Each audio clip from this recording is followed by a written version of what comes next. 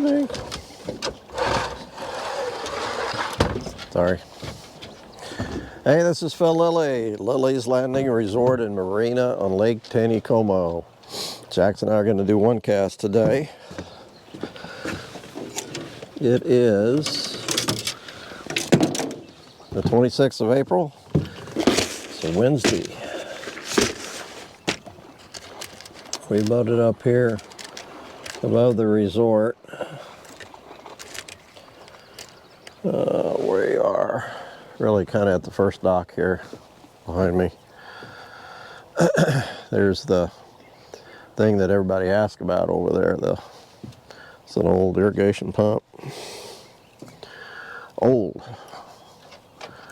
It was there when I first stayed at Sun Valley across the lake with Marcia and her folks back in 1980. No, yeah, 1980.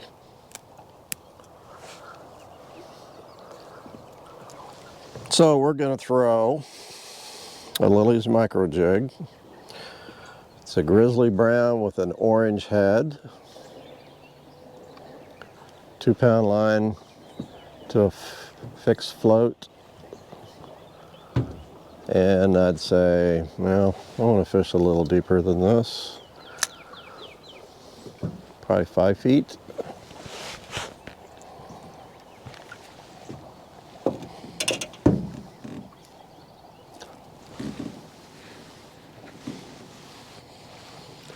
Five or six. Ooh, there's a midge right there, and I saw a few coming up. Oh, there's another one. Okay, we're not going to go as deep. We're going to go 4 feet. They might not hit this, but it's supposed to be raining, and it is kind of sprinkling. Oh, my float's not very big. That was not a good cast, though. I didn't throw as far as I wanted to.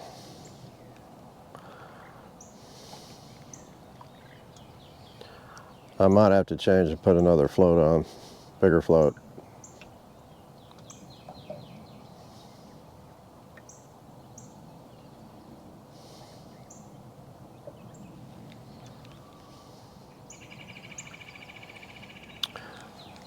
Let's see if I can throw this out a little further. Yeah, that's fine. I just wasn't a very good cast. I'd prefer a smaller float if I can cast it. Here's another one that midged just past my float. So last evening when I came in from one cast, I was hit with midges like crazy. They were thick. And Derek, one of my dock hands, was out fishing with a friend, and I passed him up here just a little ways. And it'd been slow for them too. And but they said after I went in, which I went in a little bit early, it was I wanted to get done and get home. He said fishing really picked up, and I noticed that fish were starting to midge out here when I was coming in too. So, and it's about 7 o'clock right now. Yep. So those midge, they start hatching between now and dark. And the fish were coming up and eating. So I'm a little bit early. I should be out here about an hour, about 8 o'clock probably is a good time. But like I said, they were starting to midge. Yeah, there's a nice one. Jump behind me. I don't know if I have any zebra midges in here or not. Ooh, I do. I got one in my box, so I might switch to that here. I'll give this micro jig a shot.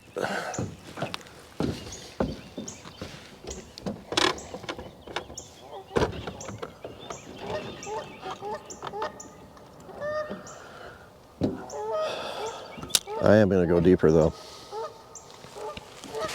Just a few fish midging. I'm going to go 6 feet.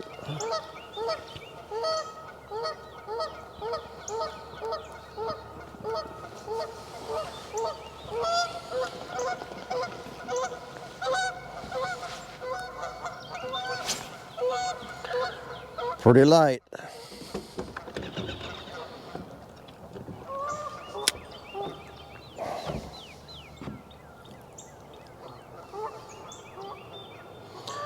So with no chop on the water, I want to move that float fairly often to kind of give that jig a little bit of life.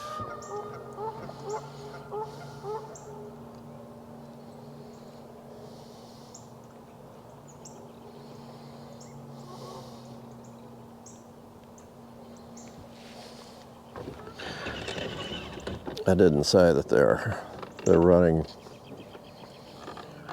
that 35 megawatts of water, and they've been doing that all day today and all night.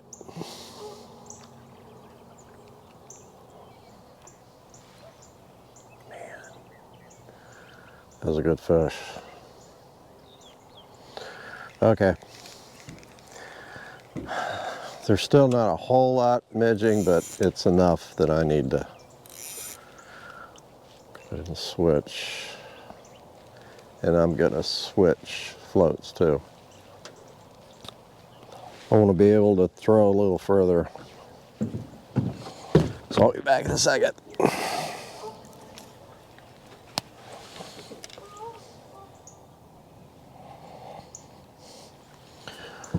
Okay, I put on a bigger carrot float, heavier, and I've got a number 14 zebra midge. It's a purple with a silver wrap and a silver, I guess you call it a nickel head. And I've got it about 18 inches below the float.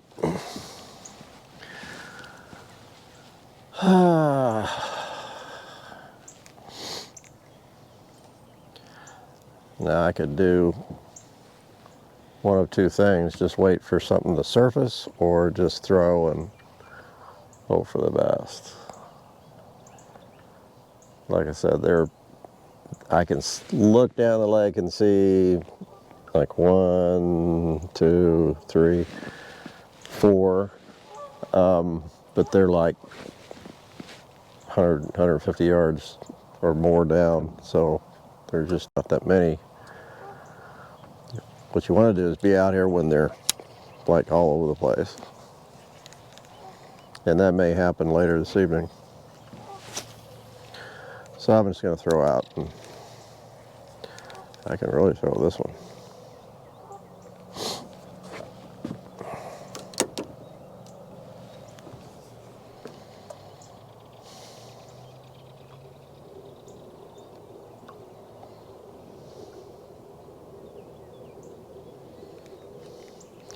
You don't necessarily need to work this like a jig. I don't think it hurts.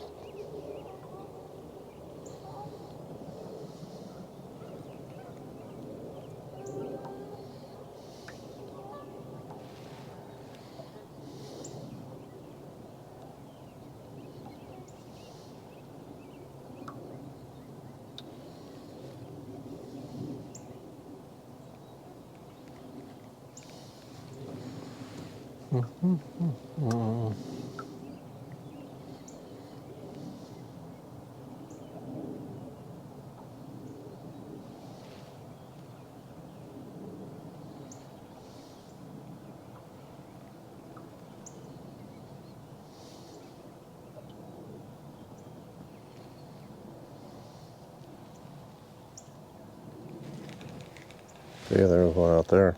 That's way too far for me to throw. There's one down below me that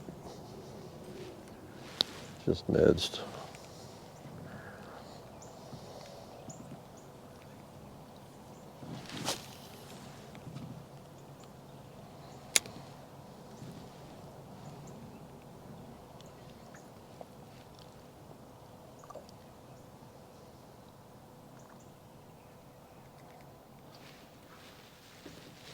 There's one that's within range.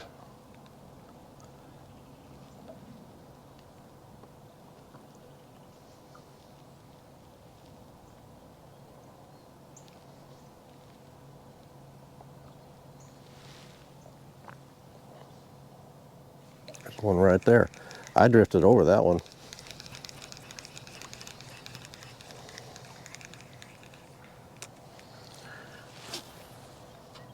I did.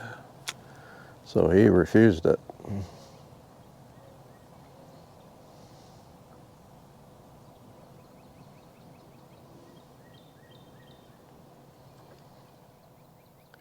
Did not bring my midge box, so I don't have much of a selection.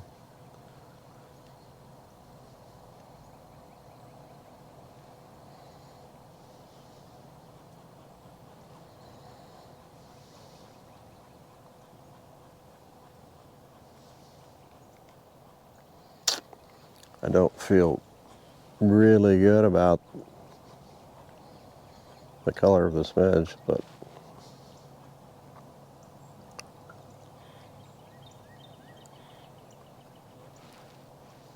it's probably one I tried at some point. Might have caught a fish with it and just put it in my float box after I was done with it. I really like black and red and greens, browns.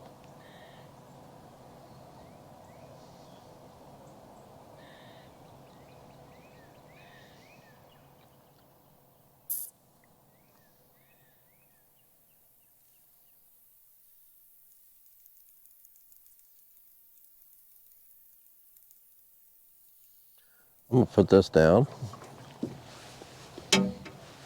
and I'm going to throw, no, I'm not going to throw a jig. This is a PJ's jig that I guess Blake was throwing the other day. It's an orange head, peach and sculpin. It's a 50th ounce under a weighted float. He said that he did really good on this one day last week when I was gone.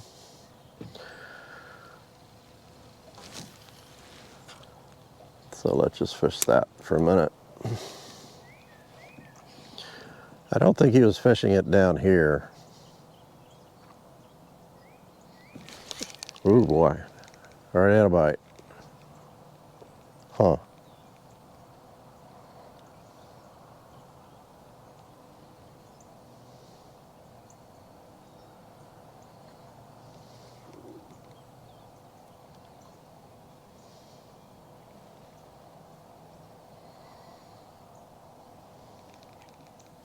I don't use these weighted floats very often. Another bite.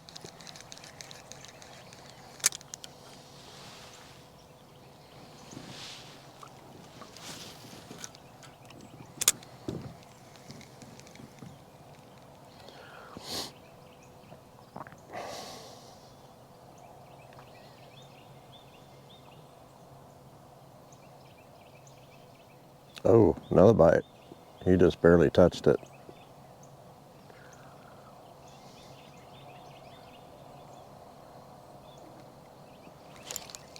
What is going on?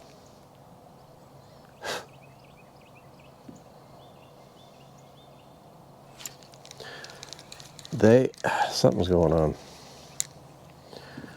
I'm getting bites, but I shouldn't be missing them. It's almost like there's little fish, like chubs or something down there pecking at it. See? Hit it again.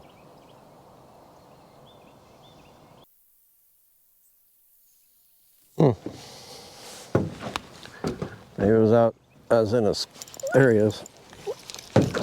Oh, I lost him.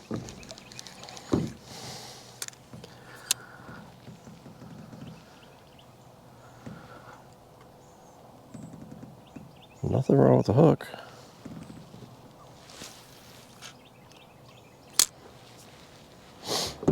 I was just about ready to move over a little bit further over to the shallow side.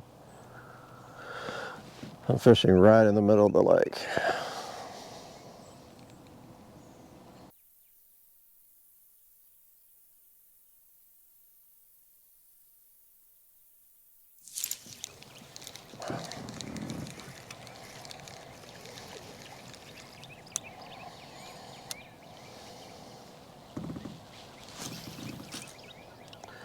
You really don't usually miss that many bites.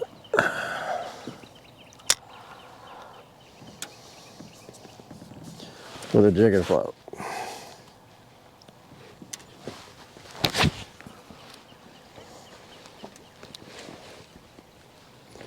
Okay, I'm just for the heck of it.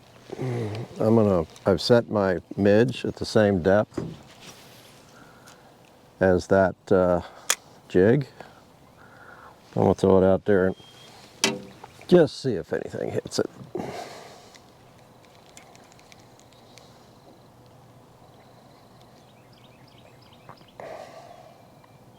Oh my gosh, something just hit the zero midge, I think. I can't fish 2 floats at one time. There's no way. I can just barely watch one of them.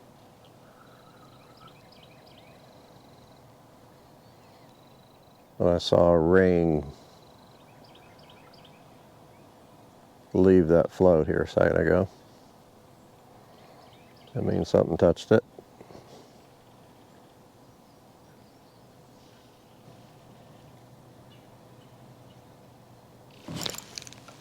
Wow.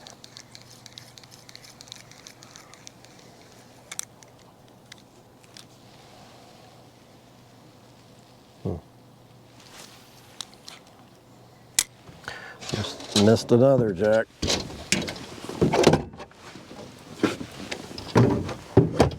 Oh man, I just had another bite. Hit it again. I don't think that was me.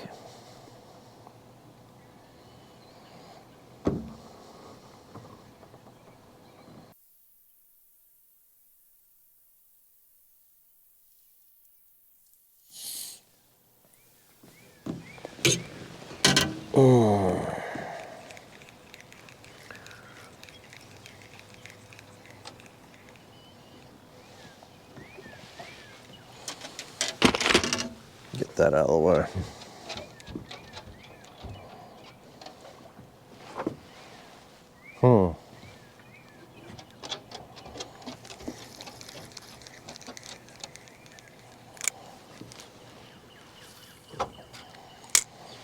Let's look this way. Almost 30 minutes.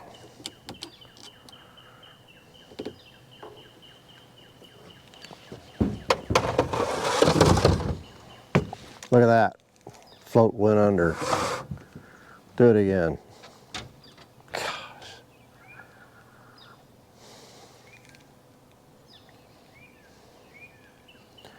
I'm still getting set up.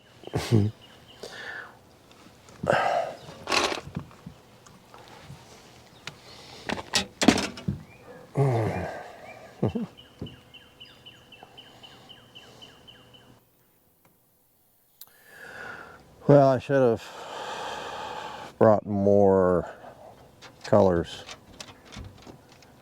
jigs, see if I could find something that they'd like a little better than this.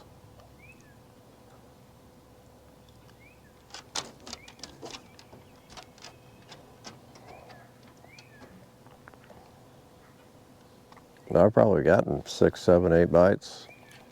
Just can't hook up.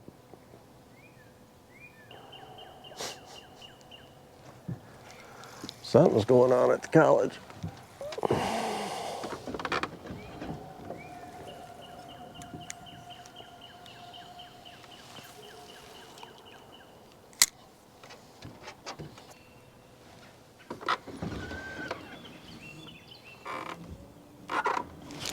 Oh, I got a fish.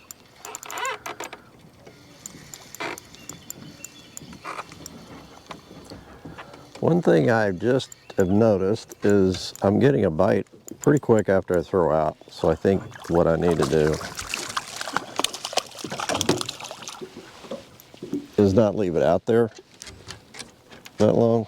Just a little stalker. Not even really colored up very good. Oh, do you want to smell it? Lick it? He used to lick it when he was younger.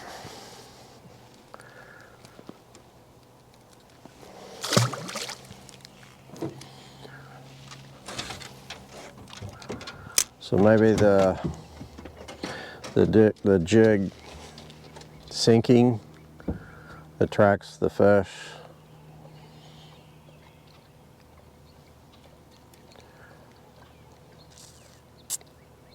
And then once they refuse it, they really don't like it when it's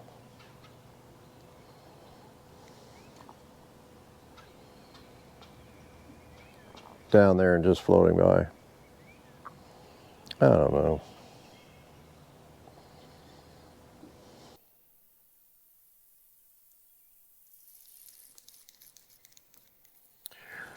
I don't remember the dogwoods blooming this long before. I mean, they were blooming before I went to Florida, and that was 10 days ago. Now, a lot of them have lost their flowers, but there's still a lot of them that are just full.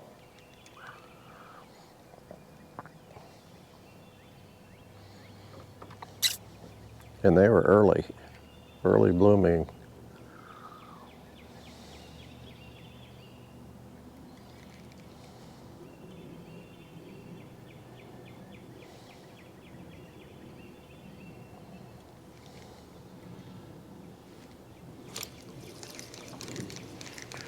Got another strike.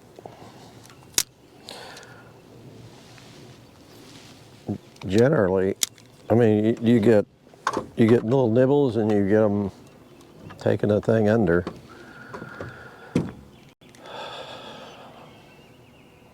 You really ought to set the hook on all of them.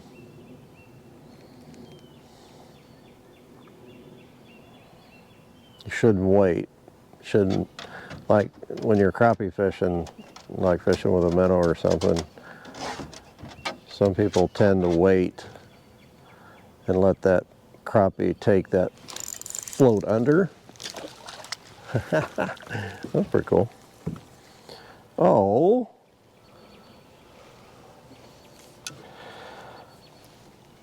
Ooh, I'm gonna throw Blake under the bus. That is a curly cue. That means the knot came untied. Blake.